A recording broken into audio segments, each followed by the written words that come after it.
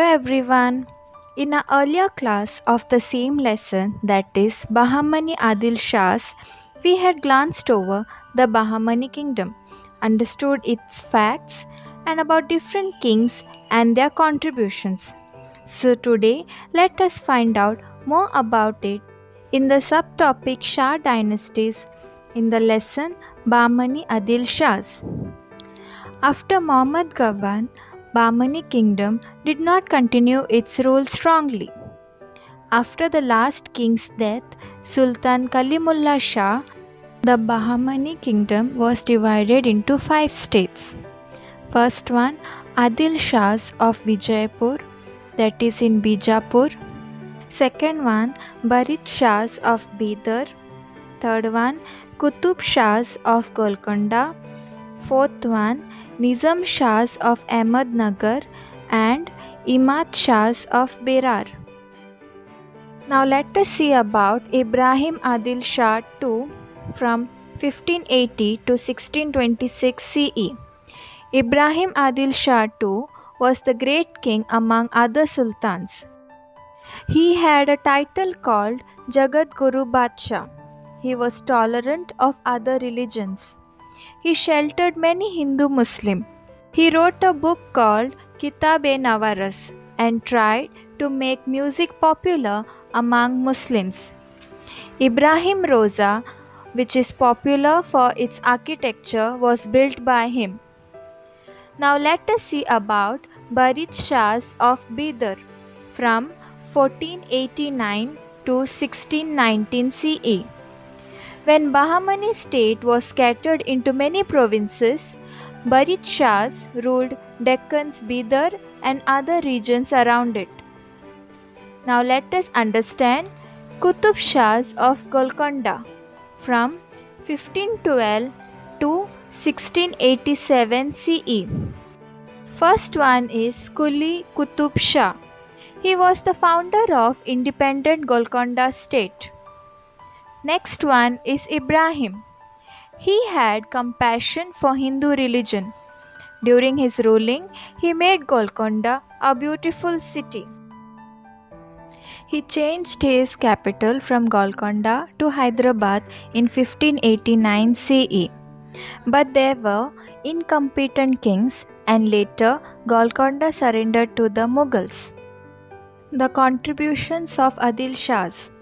During the reign of 200 years, Adil Shahs of Vijaypur contributed a lot to the fields of education, literature, music, fine arts, art and sculpture. Let us understand each of it. Education. Adil Shahs were great lovers of education and they encouraged it. Their education policy was to develop Islamic culture, philosophy, religion, law, poetry, and other subjects were also taught. Educational institutions were under king's patronage. Next is music. Yusuf Ali Adil Shah and Ibrahim Adil Shah were the great musicians and their work Kitab-e-Nawaras was a great work in music. Next one is fine arts. Ibrahim too was a fine artist. His court had many Persian artists.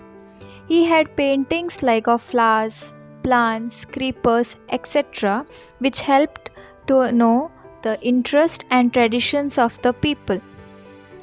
Next one is art and sculpture. In the history of art and sculpture of Karnataka, the buildings of Adil Shahs of Bijapur are the important ones. Their monuments are in Indo-Islamic style. Let us discuss more about it accordingly. First one is fort. The fort of Bijapur is a big one and it has 96 bastions and 6 main entrances. Next one is palaces. Ibrahim Adil Shah in 1620 CE built Gagan Mahal. It has 3-storied towers. Mehtar Mahal. It is also a 3-storied palace. Ibrahim Adil Shah II built it, and in Asar Mahal, rooms have different paintings painted on them. Next one is mosques. First one, Jama Masjid. Ali Adil Shah built it. It is famous for its very wide prayer hall. It has different new style among other art monuments. Ibrahim Roza. Ibrahim Adil Shah II built it in the memory of his wife Taj Begum in Bijapur.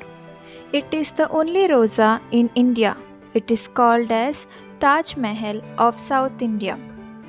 And the next one is Gol Gumbaz. Muhammad decided to build something that is even bigger and greater than Roza. He built Gol Gumbaz, a domed tomb, in 1656 CE at Bijapur. It is the second largest dome in the world and the first largest dome in India.